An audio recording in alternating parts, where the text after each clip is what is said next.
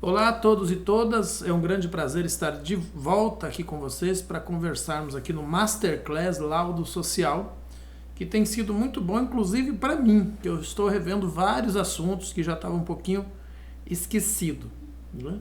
E então tem sido muito bom. Muitas pessoas já me avisaram hoje que não poderiam estar aqui porque estão com outros compromissos e também possivelmente amanhã talvez eu não consiga gravar.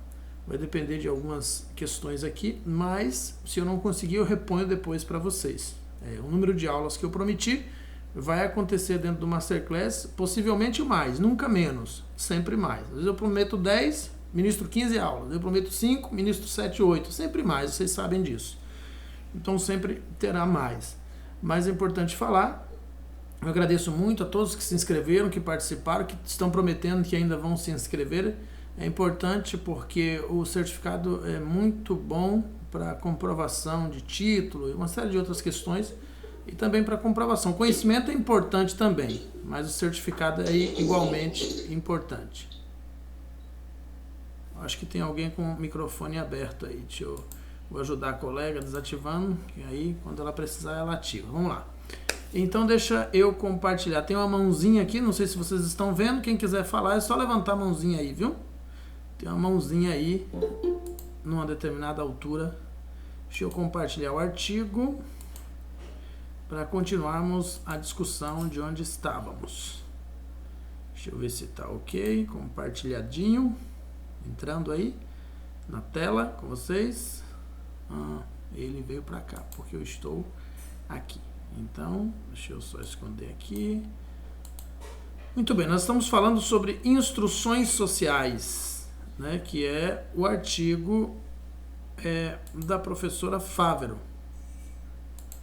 que é muito bom esse artigo dela, inclusive, né, vocês já conhecem. É um artigo muito proveitoso, bem conhecido por muita gente aí, e amplamente debatido nos artigos dessa área que trabalham com esse tema, que é o tema do laudo social. E o assunto inicial da nossa discussão hoje é aquele que a gente já discutiu, inclusive, que é a perspectiva do acolhimento. Muito se fala em acolhimento institucional, está na instituição, e que normalmente esse acolhimento não é feito por um assistente social. E como sempre eu faço as provocações, embora qualquer outro profissional possa iniciar o acolhimento no momento de fazer a chamada triagem ou iniciar os procedimentos lá na porta da instituição, é importante ficar claro que esse trabalho de acolhimento precisa obrigatoriamente ser desenvolvido por um assistente social também. Então, embora ele possa acontecer na instituição, na porta de entrada, por quem está fazendo o registro, o primeiro contato, quem está fazendo o levantamento das informações, a que demanda se pleiteia, etc. É importante que durante o processo, esse procedimento também dê continuidade. Aconteça um procedimento de acolhida em todas as etapas do trabalho profissional e não só na porta da entrada. E isso a gente está falando da instituição. E como é que se faz esse acolhimento in loco, no momento da visita domiciliar, onde, na maior parte das vezes, o laudo social se materializa ou ganha materialidade por meio das informações que são levantadas, conhecidas, decifradas lá no território, no domicílio, na casa da pessoa, na visita domiciliar. Já falamos sobre isso, é um assunto bastante já, a meu ver, até um tanto quanto desgastado, mas nunca é demais lembrar que o acolhimento é semelhante à avaliação. É antes, durante e depois. Não é só no primeiro contato, embora o primeiro contato seja a parte mais importante do acolhimento.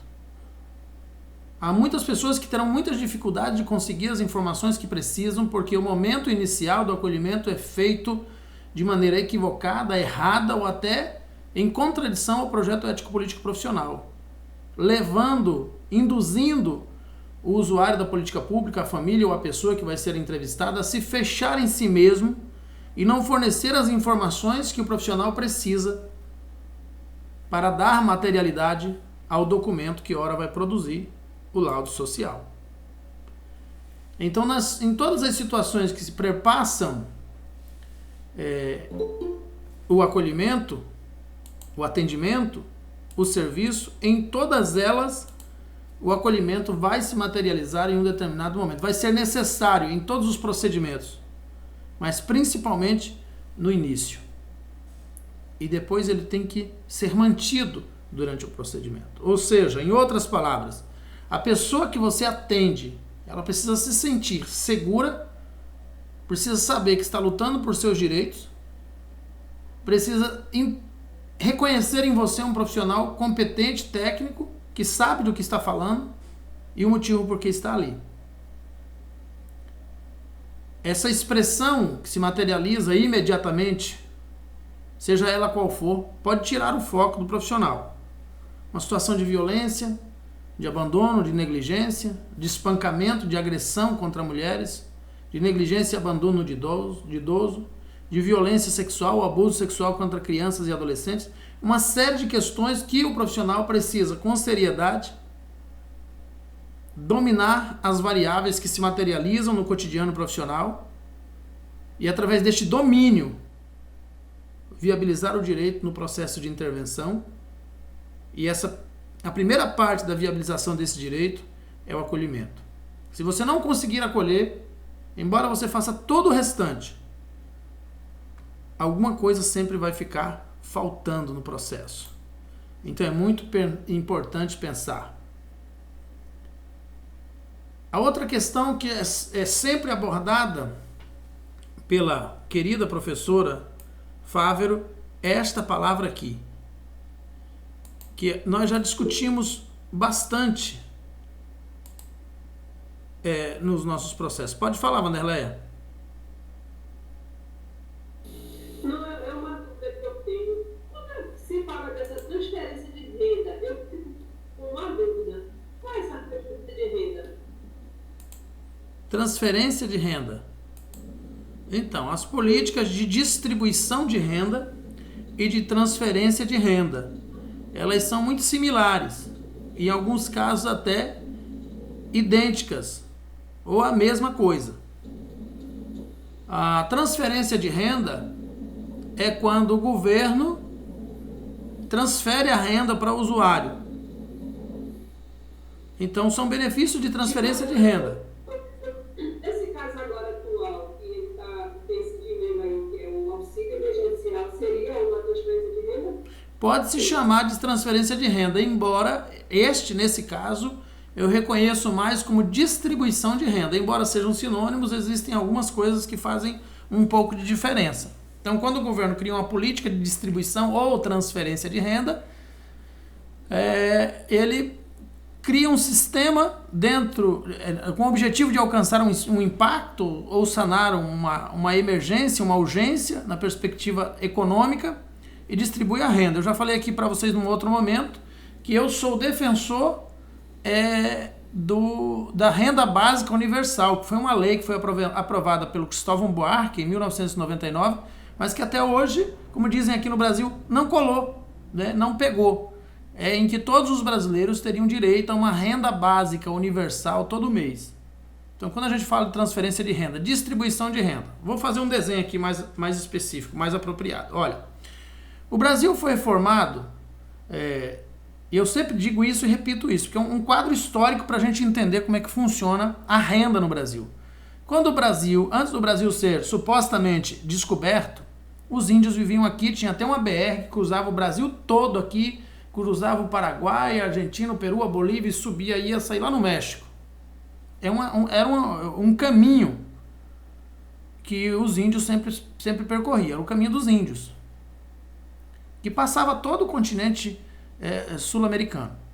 Então havia uma história aqui. Quando iniciou o processo de colonização, a Europa começou a expropriar o Brasil. Então toda a propriedade de terra aqui no Brasil foi dividido em 14 lotes. O Brasil todo foi dividido em 14 lotes, que eram chamados capitanias hereditárias. Ou seja, o Brasil passou a pertencer a 12 pessoas, já que 2 dessas pessoas, cada uma tinha 2 lotes em vez de 1.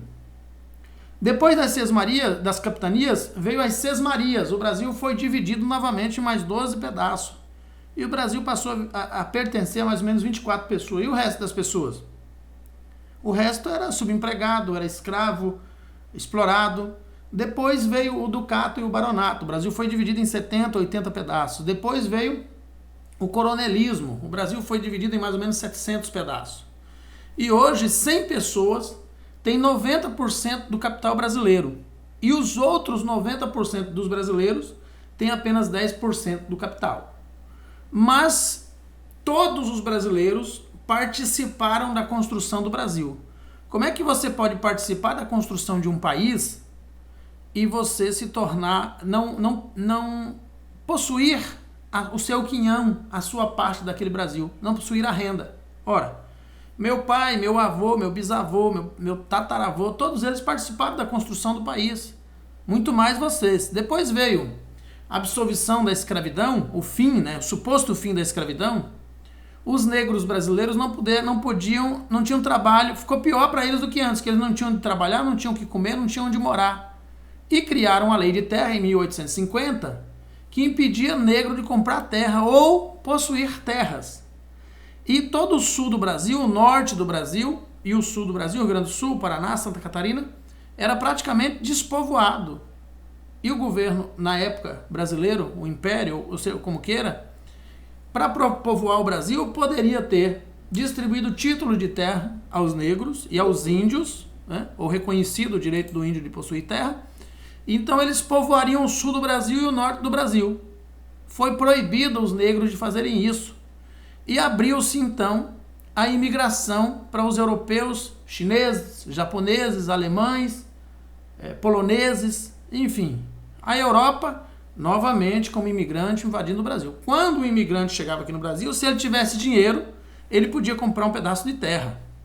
Se ele não tivesse dinheiro, ele poderia oferecer algum serviço ao governo e passar a ter um pedaço de terra.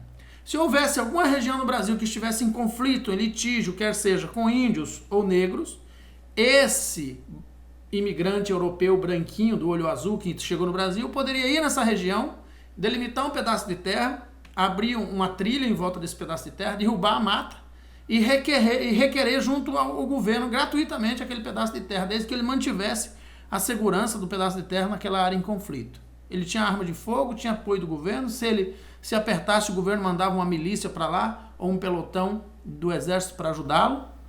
Então toda essa estrutura foi fazendo o Brasil se tornar financeiramente, economicamente, em questão de renda, extremamente desigual, para chegar no que nós somos hoje. 100 famílias do Brasil hoje, 100 pessoas no Brasil hoje, tem 90% do capital brasileiro, do PIB. Quem manda no Brasil não são os políticos, não é Bolsonaro, não são os deputados, muito menos os senadores. É um cartel de ricos que define qual é o deputado que vai ganhar, qual é o senador que vai ganhar, como é que eles querem que a política cambial internacional funcione. Eles que de fato governam o Brasil e criam, inclusive, a cultura de dominação que faz as pessoas repetirem todo o seu discurso. Isso tem 500 anos que vem acontecendo. Quando a gente fala de distribuição de renda, é essa renda que está acumulado, que foi construída socialmente por todos, mas que foi acumulado por poucos. Ou seja, um grupo pequeno de pessoas ficou com toda a renda e o resto dos brasileiros ficou sem. Então aquele sujeito que era conde há 200, 300 anos atrás, passou uma herança muito grande para os filhos, que vem se mantendo. Se você olharem, por exemplo, para a história de Aécio Neves, de Tancredo Neves, que o povo idolatra, a família dos Neves, historicamente descende de condes e barões e coronéis. E o mesmo pode-se dizer de vários outros nomes importantes no Brasil que mantêm a riqueza até hoje, mas que já eram contrabandeadores, contrabandistas de escravos, que tomaram extensas áreas de terra, fazendo latifúndio, matando uma quantidade imensa de índios. Só na construção da Transamazônica, por exemplo, o exército brasileiro matou 8.500 índios. E isso continua acontecendo até hoje. Tudo em nome da acumulação capitalista. Então, quando a gente fala em transferência de renda, nós estamos falando que o governo está pegando uma renda acumulada, escute bem, uma renda acumulada dos impostos e da riqueza socialmente produzida e devolvendo aos brasileiros que de fato são donos dela.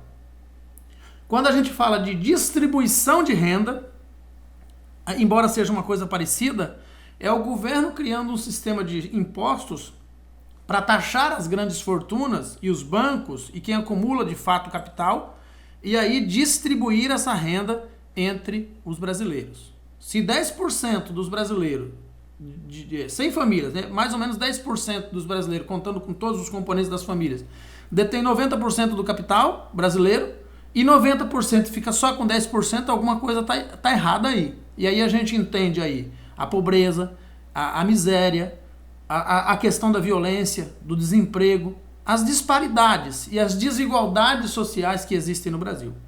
Não tem relação, como querem muitos, com a chamada meritocracia, embora alguns, poucos, por mérito, conseguem mudar a sua história. Mas são exceções. A regra não é isso. Essa não é a regra. A regra é uma pobreza histórica, em que o meu pai foi pobre, mas trabalhou 84 anos da vida dele para famílias ricas. É que o pai do meu pai, que foi o meu avô, era pobre, violento, agressivo, alcoólatra, e que também era pobre e vendia sua força de trabalho para enriquecer outros que eram ricos iguais a ele. A regra continua se aplicando com o avô do meu avô, que foi o bisavô do meu pai, o avô do meu pai, no caso meu bisavô e etc. Até a quinta geração onde eu pude alcançar, a mesma coisa. Então, historicamente, a herança que eles me passaram foi pobreza. Como é que eu mudo esse quadro histórico? Eu escolhi estudar, me qualificar e me tornar uma peça no xadrez dos movimentos sociais. É um jogo de xadrez. Movimento social é um jogo. Então as pessoas querem convencer os pobres que eles precisam ser de direita, e aí eles vão utilizar para convencer você a não pertencer à esquerda, não lutar ao lado de quem você pertence de fato, que a esquerda é lugar de homossexuais, de feministas, e de fato é, mas não só. Esse é o lugar do excluído. É aqui onde a gente está fazendo a luta por direitos sociais. É por isso que nós temos SUAS, é por isso que nós temos SUS, é por isso que nós temos auxílio emergencial, que o Bolsonaro queria dar 200, o Congresso empurrou 600 goela abaixo dele no primeiro, e depois ele ficou dizendo que foi ele que aprovou, mas era mentira. Quem aprovou foi o Congresso, contra a vontade dele. E aí vocês vão ver negacionistas negando a eficácia da vacina, inventando 1000 histórias. Se você pesquisar no Boatos lá, você vai ver mais de 300 notícias mentirosas sobre a vacina. Então nós vivemos num quadro histórico de dominação. Você precisa construir a sua criticidade com base em conhecimento para poder conseguir separar o que é verdade daquilo que virou cultura de dominação e controle. Infelizmente eu digo isso com muito pesar, a religião se tornou um aliado dos exploradores capitalistas em relação aos pobres. A religião perdeu a sua essência, a sua eficácia, perdeu o seu foco, já tem alguns anos, com essa teologia da prosperidade, principalmente. Mas nunca foi diferente, porque quando eles quiseram justificar, por exemplo, a escravidão, eles distorceram textos bíblicos e tinha pessoas que acreditavam piamente que a escravidão era uma determinação divina. E morreu defendendo isso, agressivamente. Então não é de estranhar se pessoas piedosas que usavam a Bíblia debaixo do braço e o terço no pescoço, ou eram evangélicos, protestantes, católicos, enfim, não importando qual seja a religião, você olha, por exemplo, na questão da religião, para os países árabes, relacionado ao islamismo. Você vai perceber que há 50, 60 anos atrás eram países desenvolvidos, que tinham a sua perspectiva crítica, o conhecimento da complexidade. As maiores invenções iniciais partiram das Arábias, do Oriente. E depois que o islamismo chega lá, as mulheres frequentavam faculdades antes, né?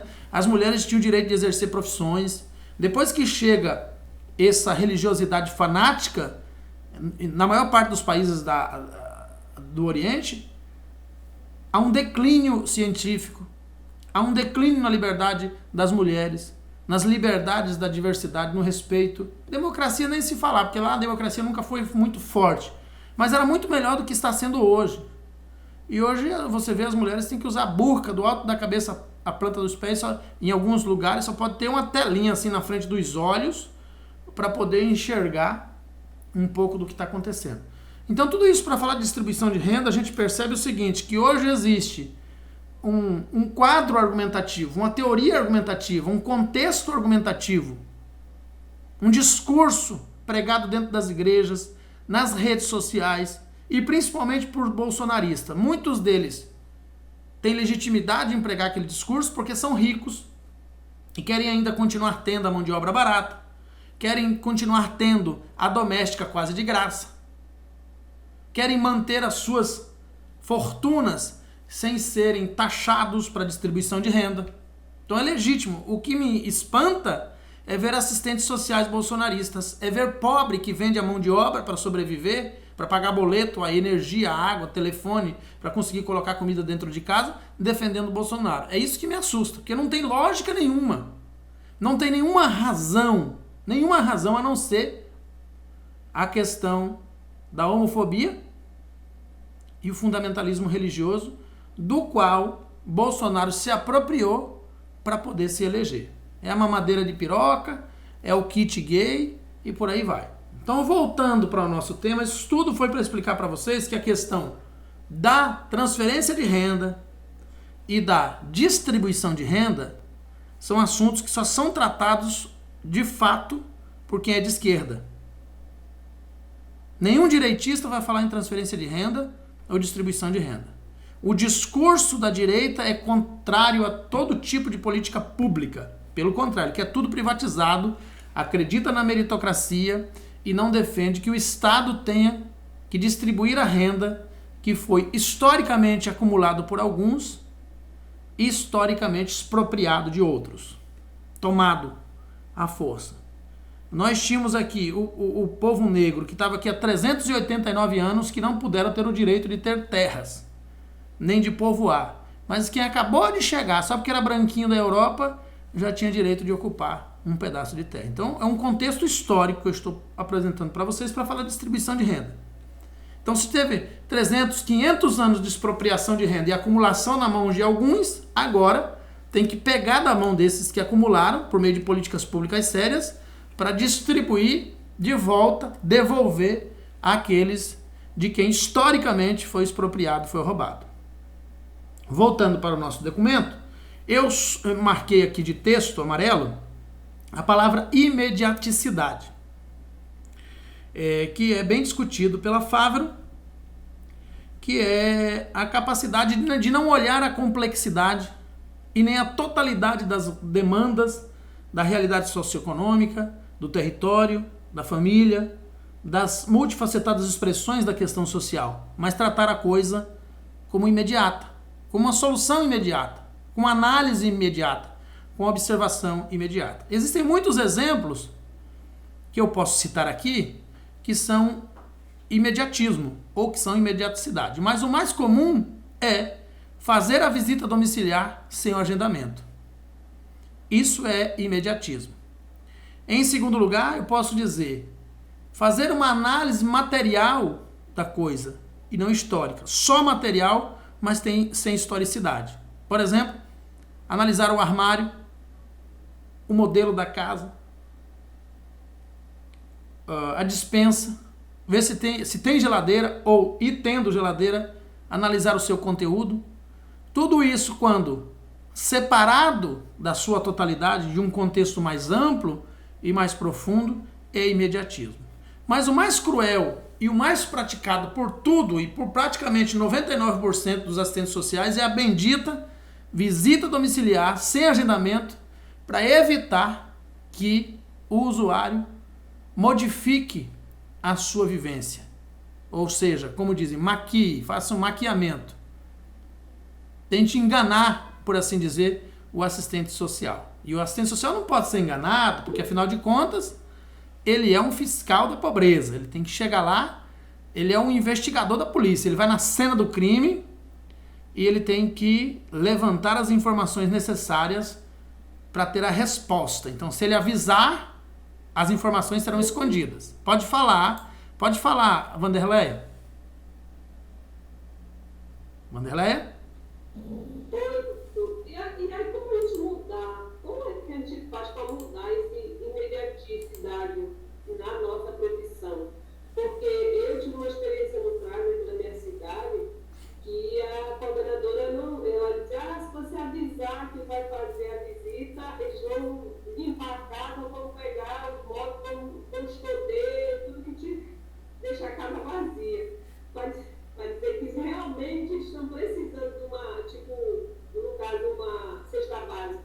Como mudar, o que fazer para mudar esse imediaticidade na nossa profissão?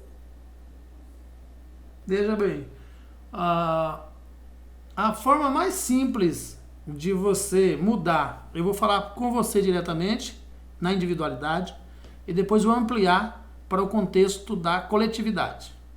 A forma mais simples de eu, Davi Barbosa, ou você, Wanderleia, superar o imediatismo é começar a olhar para a totalidade.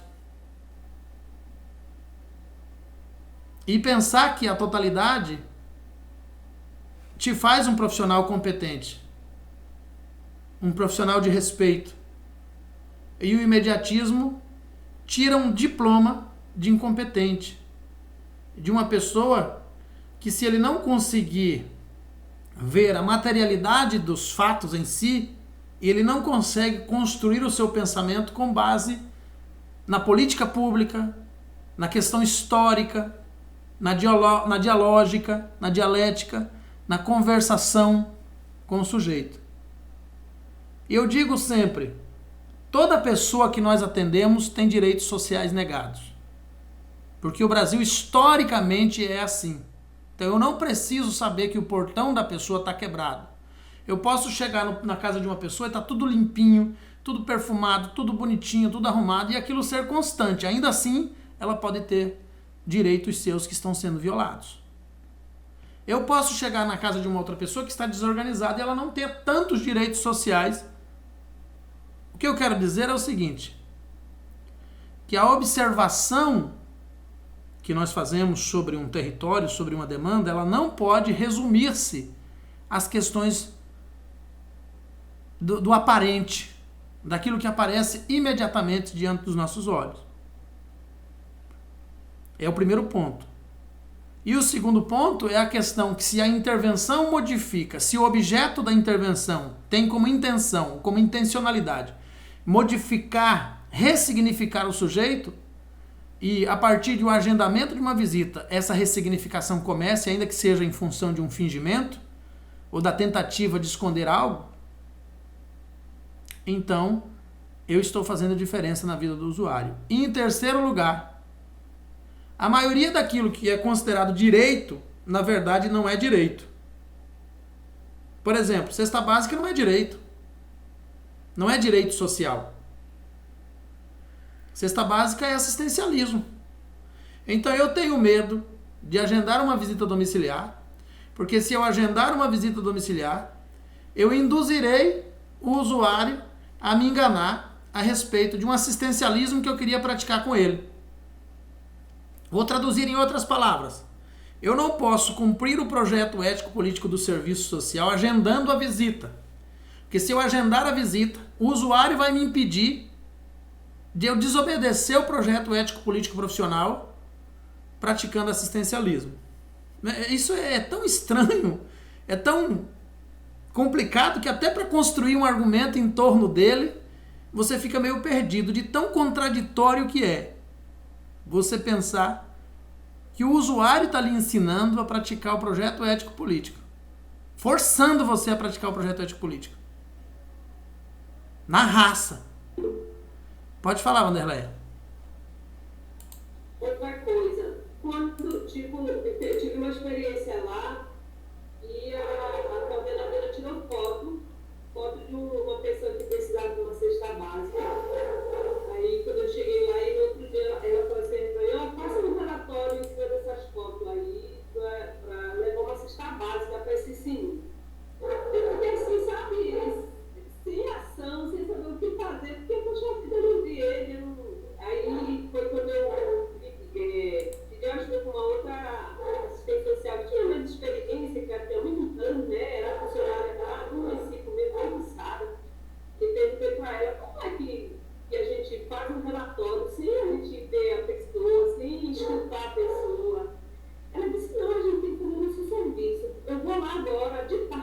gente vai na casa da pessoa, ela vê quem é. Pode ser que seja um parente, mas ela falou assim, que esteja precisando e ela vai passar isso.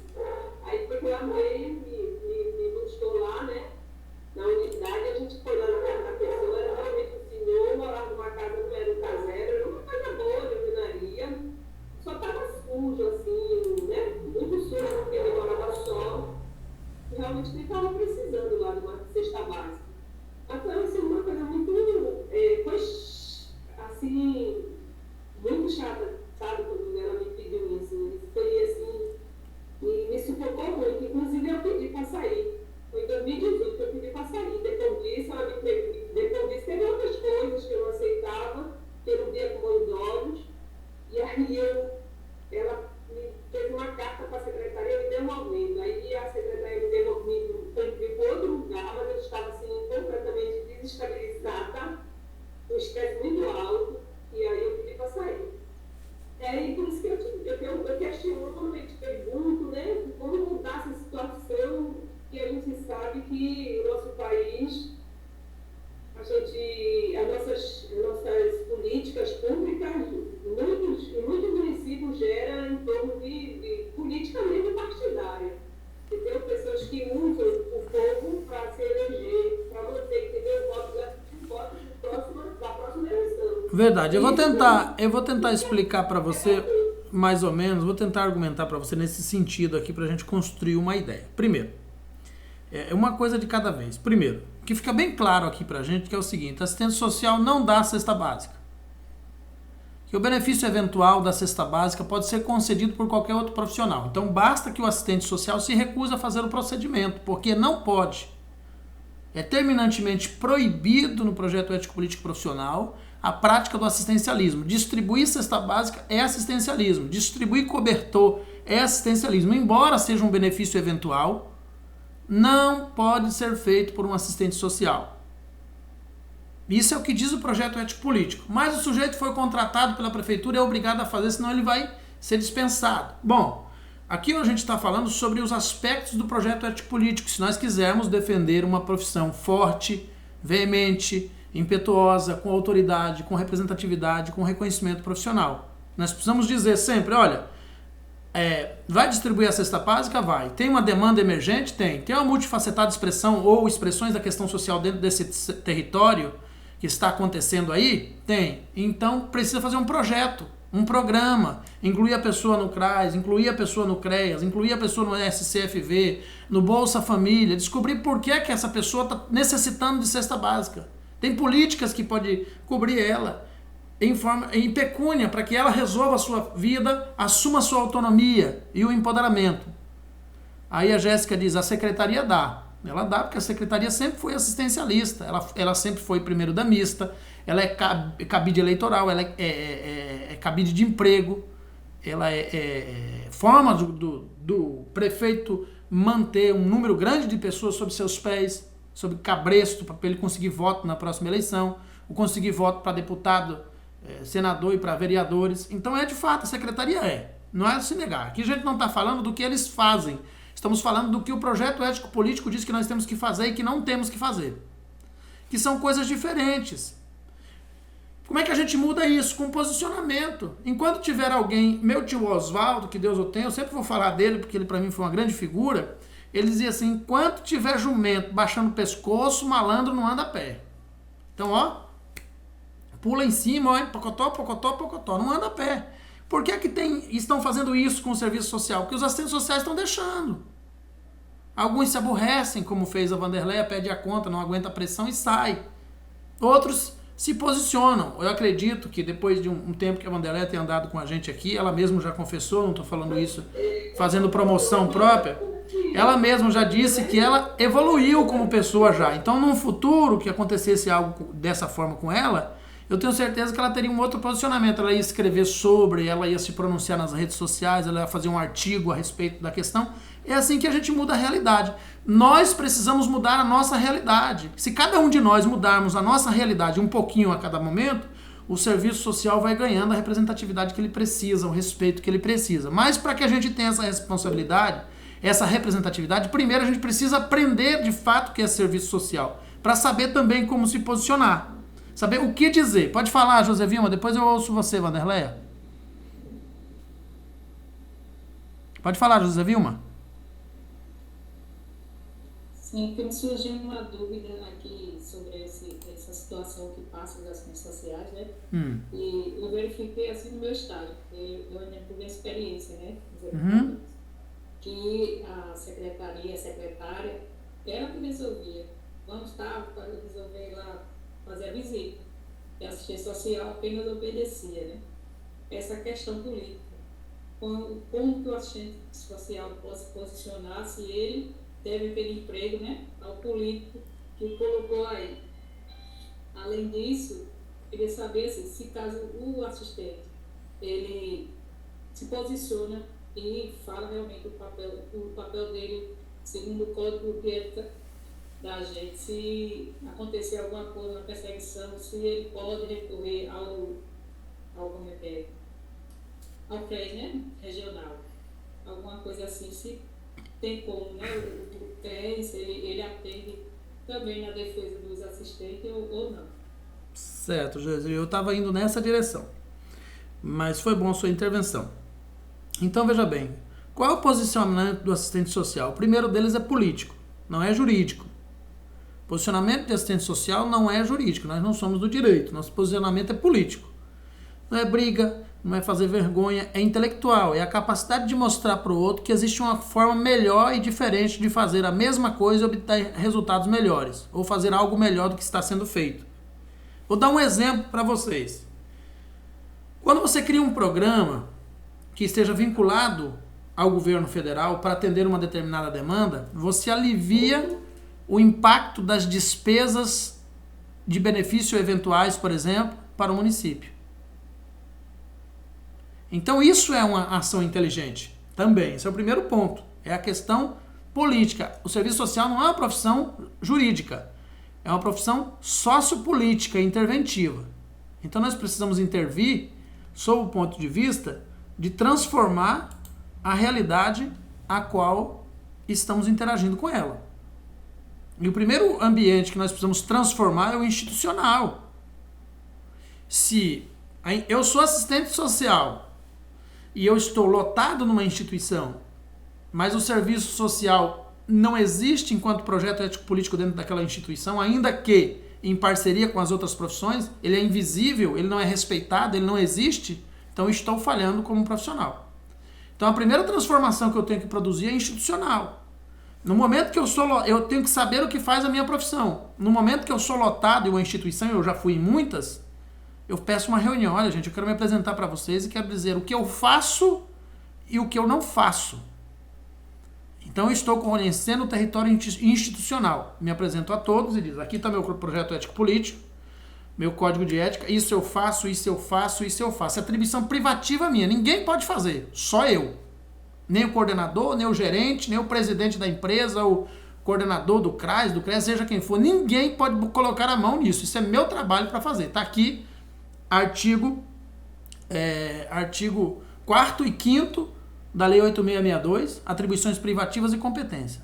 Agora eu vou falar das competências. Olha, isso em matéria do serviço social são competências. Eu posso fazer, vocês também. A gente pode entrar num acordo, eu faço uma parte, vocês fazem outra parte. Isso é o que você faz e eu também posso fazer. De repente a gente pode fazer um acordo para só você fazer algumas coisas, eu fazer outras. Isso pode ser compartilhado. Aquelas outras que eu falei antes, não. Pronto. Estabeleci. Nessa explicação vou dizer o seguinte. Cesta básica. Assistente social tem nas prerrogativas do seu código de ética, não dá cesta básica. Então, embora isso pudesse ser atribuído a mim como competência, o projeto ético-político me proíbe. Outra pessoa terá que fazer isso. Outra coisa, fiscalização e corte de Bolsa Família. Assistente social não deveria fazer. Já que ele não participa da concessão, como é que ele vai participar como fiscal da pobreza para tirar o benefício do usuário? É o contra-serviço, é o desserviço, é a contramão daquilo que a gente faz. Vai na contramão do que nós fazemos. É contraditório, é o contrário daquilo que somos. Não bate com nada daquilo que vivemos ou somos. Então esse contrato Ah, professor, mas eu fiz um concurso e no concurso estava no edital. E aí? E agora? Como é que se resolve isso? Se estava no edital que você tinha que fazer isso, que eu já vi situações como essa. Você aceitou o edital quando participou do concurso, é outra questão complexa. Mas desdobrando com mais aprofundamento, você vai ter que fazer uma escolha entre vivenciar o projeto ético-político ou trair o projeto ético-político da sua profissão e ficar descoberto. Chegando na outra parte, que seria a questão da judicialização da demanda, da perseguição, do processo administrativo, que seria a intervenção do conjunto Cefes-CREAS. Não existe, dentro do conjunto Cefes-CREAS, nem em nenhum lugar, a possibilidade do conjunto ter responsabilidade em proteger o profissional. Não existe isso. Foi um folclore que inventaram. O conselho nasceu para substituir os sindicatos entre 60 e 74, no nosso caso foi 62, mas é uma iniciativa da ditadura para diminuir a força dos sindicatos. Foi assim que nasceram os conselhos. Então o conselho não tem compromisso com os profissionais. Ele tem compromisso com com a profissão, de fiscalizar e proteger a profissão, e não o profissional. Se a profissão foi violentada, violada, descumprida, desrespeitada de algum jeito, então você poderá ser protegido indiretamente através da proteção que o conselho dará à profissão. Mas se você, enquanto profissional, foi atingido, não espere proteção, porque não existe regulamentação legal que cubra isso. Está aí a Joana, que já está passando por um procedimento de violação de direito há algum tempo, e que, se ela quisesse ter alguma cobertura, ela teve que se associar a uma associação do sócio jurídico, que é a Aspice Brasil, da minha querida colega Maíla e da professora Borgiani, que foi dar uma cobertura para ela lá no estado dela em relação aos direitos dela enquanto assistente social, porque o conjunto não pode absolutamente fazer nada, nem que ele quisesse, porque não tem cobertura legal para tal. Isso foi um folclore que inventaram. Então, só para resumir isso daqui, o conjunto Cefes-CREAS não tem o direito de proteger o profissional, não tem a prerrogativa e não tem nenhuma regulamentação legal que diga que ele possa fazer isso. E se ele tentar fazer, ele não será ouvido, porque ele não tem dispositivo legal, normativo legal para fazê-lo. Pelo contrário, ele vai defender, em uma situação de litígio, é mais fácil ele defender o Estado a quem ele pertence, já que ele é uma autarquia federal. Ele é parte do executivo, ele está ao lado do prefeito, ao lado do presidente. Dentro da questão do poder executivo, naquilo que denomina 3 poderes da construção da República Brasileira: executivo, legislativo e judiciário. O conselho faz parte do executivo, do poder executivo, que executa, é a polícia do serviço social. Então, se você quiser proteção enquanto assistente social, você precisa se juntar com os outros assistentes sociais e se curar dessa dependência dos conselhos e criar um movimento na sua cidade, uma associação. Fazer como fez a professora Borgiani, a Joana está participando agora, eu também. Criar uma frente, uma mobilização, criar um sindicato ou participar de algum que já esteja criado. Aí você pode exigir que eles saiam em sua defesa. Então eu já disse há muito tempo, embora existam muitas coisas boas que o conjunto Cefes-CREAS tenha produzido em forma de resoluções para nós, mas não acredito que ela seja suficiente ao prejuízo que ele deu à profissão a longo prazo, em função de amordaçar a profissão e criar um vício, uma dependência dos profissionais deste conselho, que não pode fazer aquilo que promete. É como o sonho de Alice. É o coelho na toca. É o chapeleiro maluco. Não pode fazer, mesmo que ele quisesse fazer. Então, no máximo que ele faz é escrever um artigo, um protesto, enviar como é que se diz, um repúdio, uma carta de repúdio, algo assim. É o máximo que ele vai fazer. Eu acho que, não sei se, então, não sei se eu respondi a contento, mas para que haja alguma mudança, nós aqui vamos ter que fazer a mudança nesse aspecto. Ficou alguma dúvida aí, José Vilma, Vanderleia, caiu? Pode falar aí vocês. Na verdade, professor, a gente está sozinho, se encontra sozinho muitas das vezes. Eu me encontrei sozinha, minha primeira experiência. Tenho que discordar de você. Tenho que discordar de você. Eu me encontrei sozinha, sabe? Nem as colegas que eram assistente social, elas deram apoio. Nenhuma falou assim comigo. Depois, né, eu fiquei muito desestabilizada, né? Tive que tomar remédio. Foi no médico e tudo. Ninguém chegou assim comigo, ó, você vai lá no médico, pede 15 dias para você ficar em casa, né? Ninguém me escutou, sabe? Ninguém tem que me escutar, ninguém, nem as colegas minhas. Eu peguei, eu digo, a única coisa, eu vou ficar maluca por causa de R$1.500. Eu digo, vou entregar isso, que ninguém merece, nem o cliente, nem o usuário merece ser atendido por uma pessoa que não está bem. Verdade. Absolutamente. Verdade. E aí eu peguei e disse, eu estou saindo. Muito obrigado, foi até que me indicou, foi a vice-prefeita, eu digo, muito obrigado pela oportunidade. Eu digo, sim, mas não dá. Então, veja bem.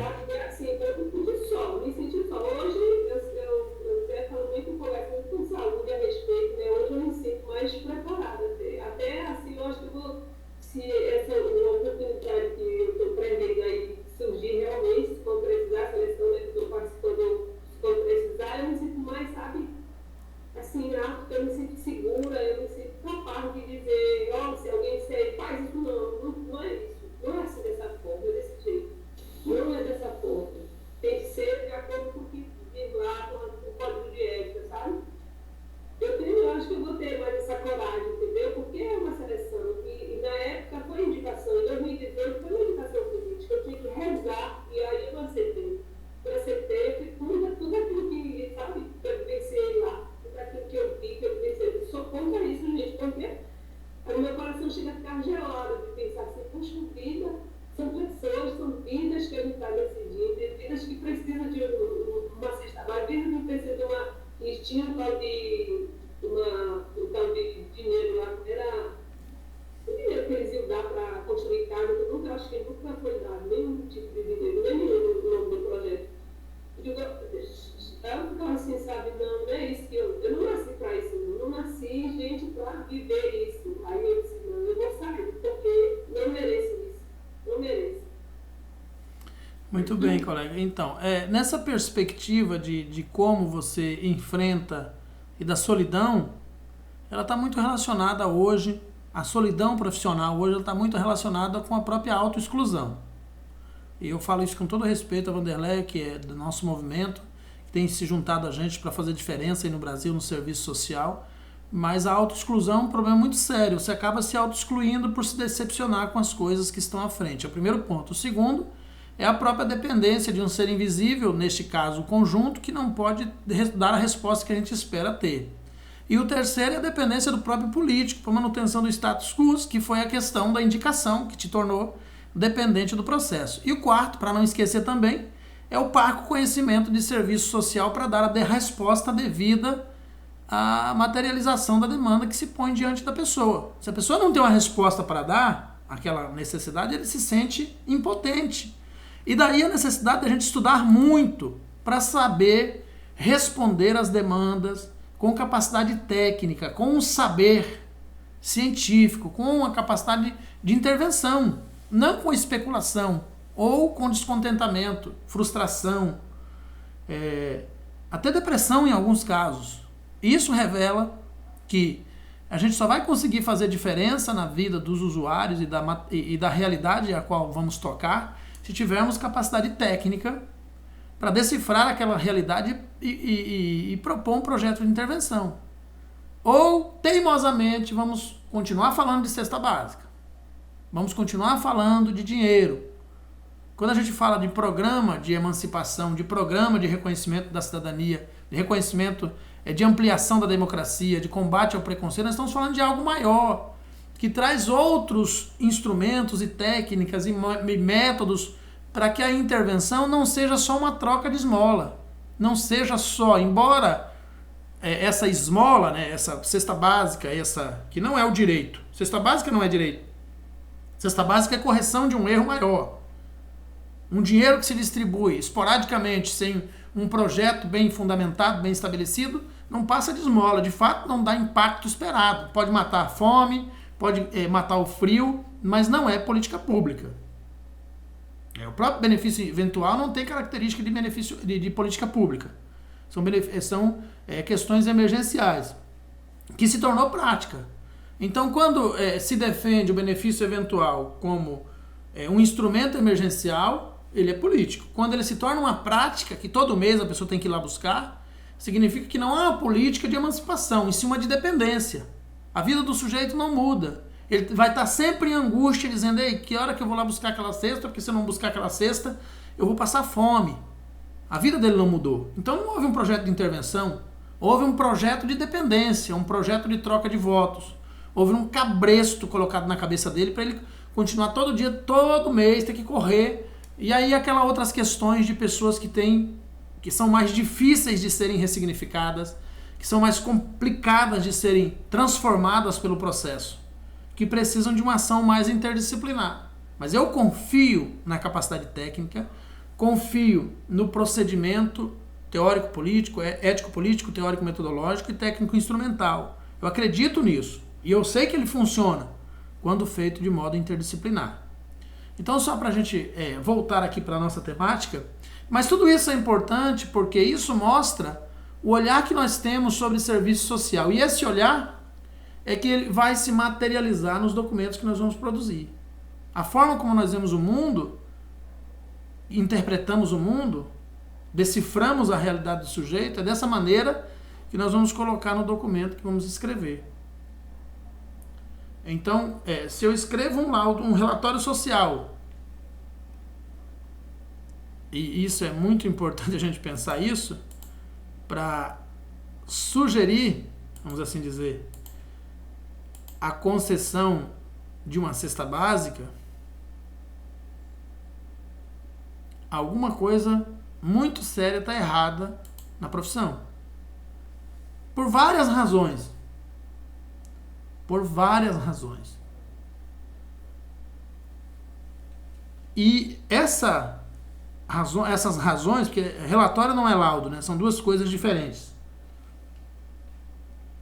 Essas razões, elas acontecem da seguinte maneira. Eu vou explicar o porquê.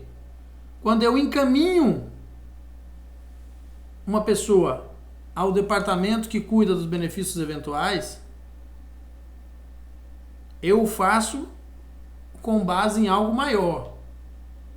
E esse relatório de encaminhamento para lá deve citar quais são as outras ações que estão sendo tomadas, o que mais está sendo feito. Então aí eu posso, se eu tenho um processo e um projeto e aquele encaminhamento é só parte de algo maior, aí, embora seja contraditório, eu ainda tenho essa possibilidade. Mas se eu não tenho mais nada, eu só tenho aquilo, aí a profissão inexiste para mim, eu sou invisível como profissional, ineficiente, ineficaz, impotente, incapaz. Se você discordar de mim, por favor, me interrompa, não me deixe falando só. Essa questão da totalidade, ela passa por este caminho. Uma intervenção precisa se basear na totalidade e não na imediaticidade de uma cesta básica, de um cobertor, um atendimento pontual, focal, uma política focalizada, pontualizada, que não transforma ninguém. Então, quando a gente está falando da realidade social, das situações, dos acontecimentos, né, voltando para o laudo, que foram citados, mencionados, é importante conhecer todos os outros aspectos que levaram a pessoa a fazer aquelas afirmações, que são chamados determinantes socioeconômicos, determinantes culturais. As ações, os fatos, às vezes históricos, às vezes de 10, 15, 20 anos, que criaram o caminho para se chegar até ali, que foram determinantes, que determinaram o percurso de vida daquela pessoa. Normalmente não se resume só àquele território, às vezes vai para outros. E esses determinantes, eles são constitutivos da questão social e da problemática, vamos assim dizer, da expressão da questão social que aquela pessoa está vivendo, ou viveu, ou está vivendo, que revela os motivos da desigualdade que acometeu aquela pessoa. Quem está falando? Sim? Oi? Alguém falou? Então, na nossa sociedade atual, nós temos, e a matéria do serviço social, né, a configuração da nossa realidade social. Quando a gente pensa que hoje o capitalismo não é mais só o Brasil, o capital é mundializado, então as decisões que um brasileiro toma aqui impacta diretamente uma pessoa que está lá na Ásia, na China, por exemplo, produzindo uma calça de marca a troco de 25 centavos uma diária de serviço, e a pessoa compra aqui e paga R$300 na calça. Eu não estou aqui culpabilizando ninguém por isso. Eu estou explicando como é que funciona o processo de acumulação. A pessoa que fez a calça lá ganhou 25 centavos. A pessoa que os atravessadores aí ganharam R$299,75. Eu estou usando um exemplo esporádico para falar com vocês que a questão dos determinantes sociais não dependem só mais do governo brasileiro. Não depende mais só das políticas públicas. O capital se mundializou. É o capital e também o uso da mão de obra neste caso. Mas ele é mundializado, ele impacta, uma decisão de lá da China nos impacta diretamente e vice-versa. Não tem mais aquela separação de fronteiras em que é só vocês olharem, por exemplo, para Cuba, que sofre os embargos americanos há muitos anos, há mais de quase 100 anos, se começar bem do início, e embora seja a Venezuela também, embora seja o país que mais tem petróleo no mundo, não consegue sair do seu estado de penúria por causa dos embargos americanos e a Guerra Fria colocada sobre seus produtos. Ou seja, ela não pode acessar os benefícios, ela não pode acessar as tecnologias, ela não pode acessar o comércio exterior, ela livremente, a não ser com altas taxas impostas pelos Estados Unidos, ela não pode se beneficiar das tecnologias produzidas por outros países ou transferir a sua tecnologia para outros países e uma série de outras questões por causa desses embargos. Então ela não vai se desenvolver. E de um modo invisível, o Brasil sofre do mesmo problema. Embora Bolsonaro não valha aquilo que o gato enterra, grande parte da culpa da gente não ter conseguido vacina não foi só dele, foi por causa também dos embargos. Pensa aqui comigo, veja se você concorda. Eu falei sobre isso no WSF. Como é que o Brasil produz mais de 70 tipos de vacina e exporta para 25 países no mundo e não tem uma fábrica de antígeno aqui? Não tem uma fábrica daquele soro que usa para fazer a vacina? Nós começamos a produzir vacina em 1904. Tem 115 anos que a gente produz vacina, que o Butantan produz vacina. Nós começamos a produzir vacina, o mundo nem sabia o que era vacina, através do Oswaldo Cruz. Era pústula de vaca, inflamação de pus de vaca, que servia para combater a varíola. E 115 anos depois, todos os países do mundo, que são potências, têm fábrica de antígeno, que é aquele líquido utilizado para fazer a vacina, e o Brasil não tem. Praticamente um continente que tem mais riqueza do que a maioria desses outros países, mas não tem. Então esse é um tipo de materialização daquilo que a gente fala de mundialização do capital, que impacta todo mundo. Os países compram a vacina do Brasil, mas o Brasil tem que comprar o antígeno deles. Percebe como é que é a contradição da coisa? O Brasil produz N toneladas, milhares de toneladas de cacau, mas não produz chocolate. Quem ganha dinheiro com chocolate é a Suíça. O Brasil produz N e milhares de toneladas de café, mas não ganha dinheiro com café. Quem ganha dinheiro com café é a Alemanha. O Brasil produz milhares e milhares de toneladas de barril cru, mas tem que comprar o combustível do exterior, porque alguém resolveu vender as refinarias para o exterior. Aí o petróleo cru vai para lá, eles trabalham o petróleo cru, processam o óleo diesel, a benzina, a querosene, a gasolina, etc, etc, etc, e vende de volta para o Brasil. O mesmo se aplica à vacina. É dessa mundialização do capital É isso que vai se materializar na vida do usuário que a gente vai atender. Professor, como é que a venda do petróleo vai se materializar na vida dele? Vai no gás que ele compra, que custa R$20 e alguma coisa na refinaria, mas chega na mão dele valendo 90, 100 reais. É no litro de gasolina que está custando agora aí 2 e alguns centavos e chega aqui no consumidor final a 6 reais. Essa mundialização do capital é que agudiza as expressões da questão social, é que aprofunda e aumenta e potencializa as desigualdades sociais e distancia um grupo imenso de pessoas do capital socialmente produzido. E aí, quando a gente está falando em questões políticas, teoria política, ciência política, sociopolítica, que é o que é o serviço social, uma profissão sociopolítica, nós estamos dizendo o seguinte: como é que a sociedade politicamente é construída? Que tipo de argumento político você defende em torno da sociedade? Ou em torno do sujeito que você vai atender? Ou que tipo de conhecimento político aquele sujeito que você está perguntando para ele, qual é a renda dele? Que tipo de conhecimento político ele tem? Que tipo de conhecimento político a maioria dos brasileiros tem?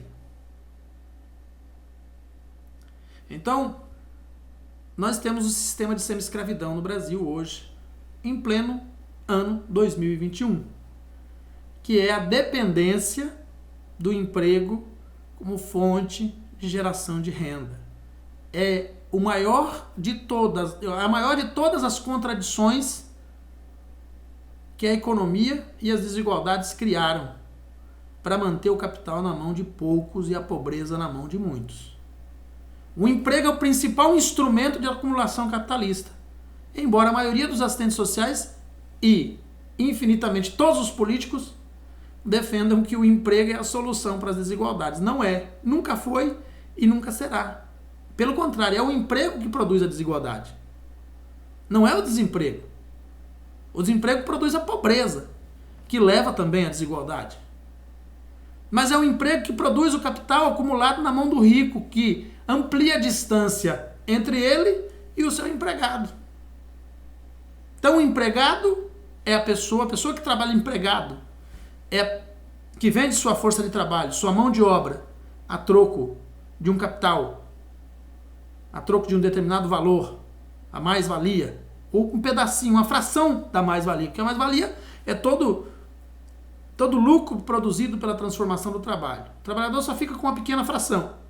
Esse trabalhador é que sustenta o capitalismo, não é o desempregado. O desempregado não sustenta nada, porque ele não tem dinheiro para sustentar. O máximo que ele pode fazer é iniciar um trabalho próprio, uma iniciativa própria, uma iniciativa privada, por conta própria, e assim ele não estaria diretamente alimentando o acumulador, o capitalista, mas poderia também alimentar de forma indireta. Então quem sustenta, e isso se aplica aos concursados públicos também, numa teoria mais ampla, aí você precisa pensar o que é que você acha a respeito disso.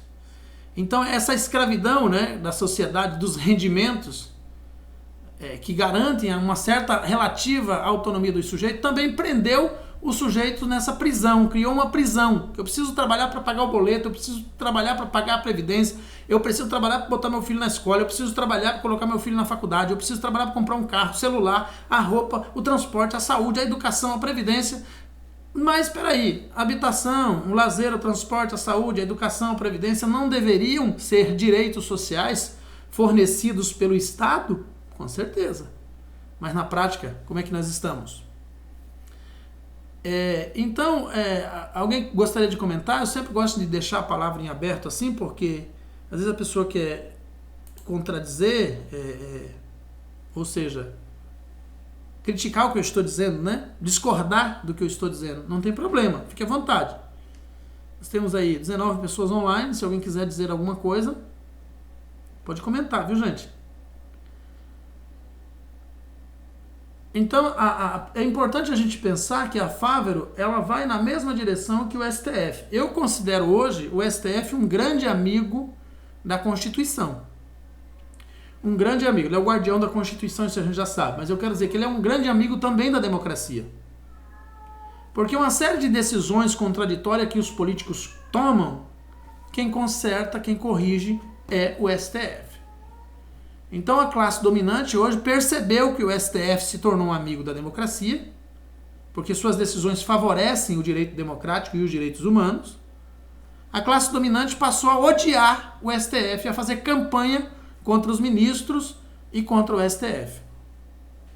Então eu publicamente declaro que até aqui o presente momento eu sou muito satisfeito com muitas decisões, principalmente em relação ao BPC, que o STF tomou, que me deu suporte teórico, lastro normativo, para poder dar a sugestão favorável ao benefício de prestação continuada ao final do laudo.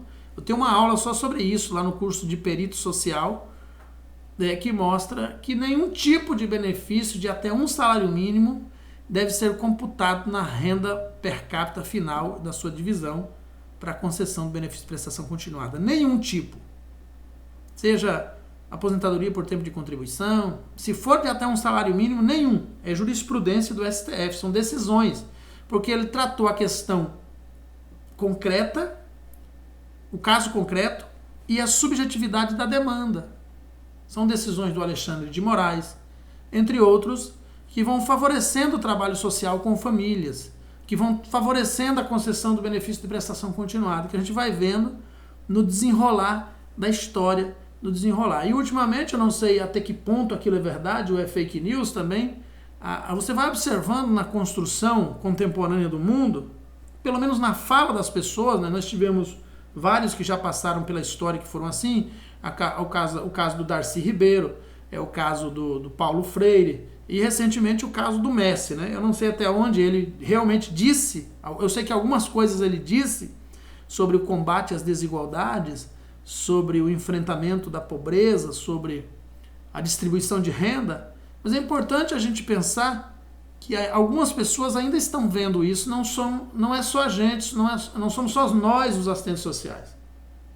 E eu falei ontem que eu estou em contato com uma profissional da Guiné-Bissau para falar sobre a cultura do estupro. Então essas questões que perpassam as lutas dos movimentos sociais, as lutas do enfrentamento à violação de direitos, ao desrespeito à mulher, ao desrespeito ao idoso, ao desrespeito à violação dos direitos, né, da pessoa com transtorno mental, da pessoa com deficiência, ela está no mundo todo, não é só no Brasil.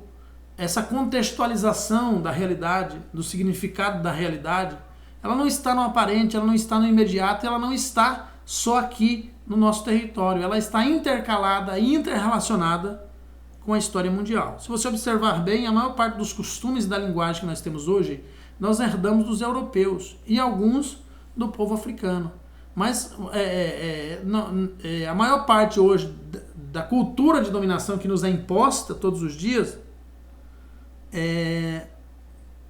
ela vem nesse sentido. Vamos ver o que passou rápido aqui, deixa eu ver o que foi que ela disse. Professor, em relação ao BPC, um caso na minha cidade que a mãe tem a carteira assinada, mas a filha é doente e é de menor, ela pode receber o BPC? Bom, vamos por parte. Primeiro, dentro do serviço social não se utiliza a palavra de menor. Isso é menorismo, né? Lá dos tempos dos juízes de menor, né? Hoje a gente fala criança ou adolescente. Aí a questão da carteira assinada dela, se a filha é doente, você tem que ver quanto por mês ela gasta com alimentação especial e saúde e descontar antes de fazer o cálculo da per capita. Se ela atingir o cálculo da per capita, ela tem direito sim. Tem que ver se ela paga aluguel, porque habitação também é um direito social, tem que descontar antes de fazer o cálculo. Alimentação especial, remédio e habitação. Basicamente esses três aí já tem que descontar. E aí tem que estudar também o caso concreto e a subjetividade da demanda para encontrar uma resposta mais pontual. Gente, eu quero parar por aqui para não cansar vocês. Depois a gente volta a conversar. Não sei se vocês estão conseguindo acompanhar e fazer a relação daquilo que eu estou dizendo com o texto apresentado da nossa querida professora Fávero. Ficou alguma dúvida para vocês? Podemos encerrar e voltar amanhã ou em um outro momento e continuar a partir daqui? Acho que vai ter muita coisa para a gente conversar aqui dentro.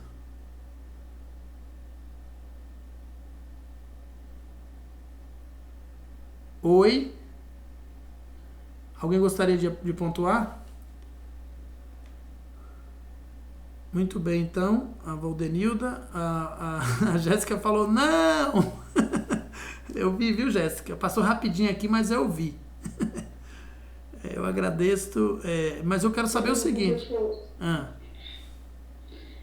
aula foi perfeita. A gente passaria a noite toda aqui. Eu acho que todo mundo passaria a noite toda ouvindo esse debate. Obrigado, Saúde. É porque, às vezes, o assunto ele foge um pouquinho do texto da professora Fávora, mas depois ele volta.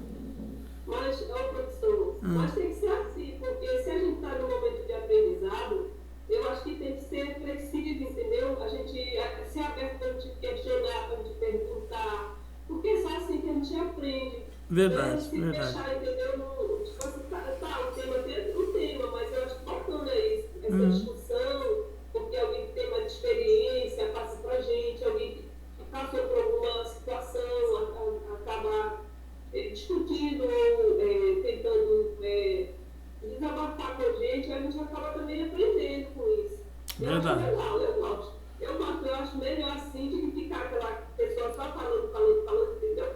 E às vezes a gente até se perde na fala que a pessoa está falando e acaba nem aprendendo muito quanto a gente dando opinião ou perguntando. Muito obrigado, viu, Vandela? E a Saúde também, muito obrigado. Quem mais quer falar?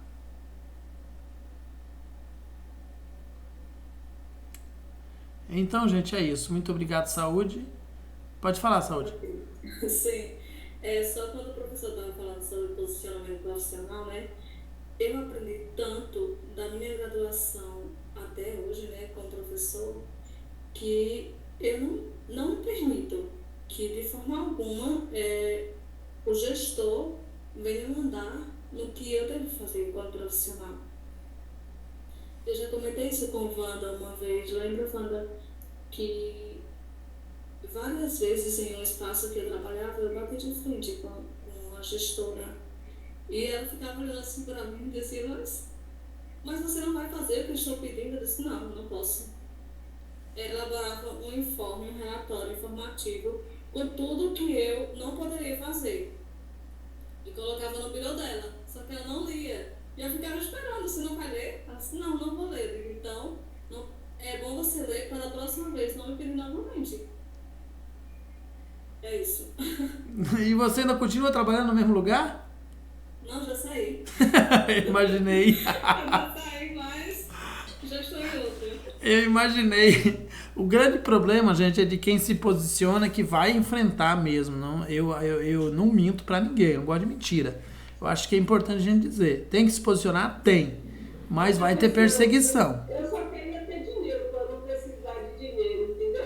Eu poder, assim, mexer mesmo nessas políticas públicas de forma bem assim, mesmo crítica, sabe? Eu fico assim pensando, gente, quantas coisas que a gente vê, sabe?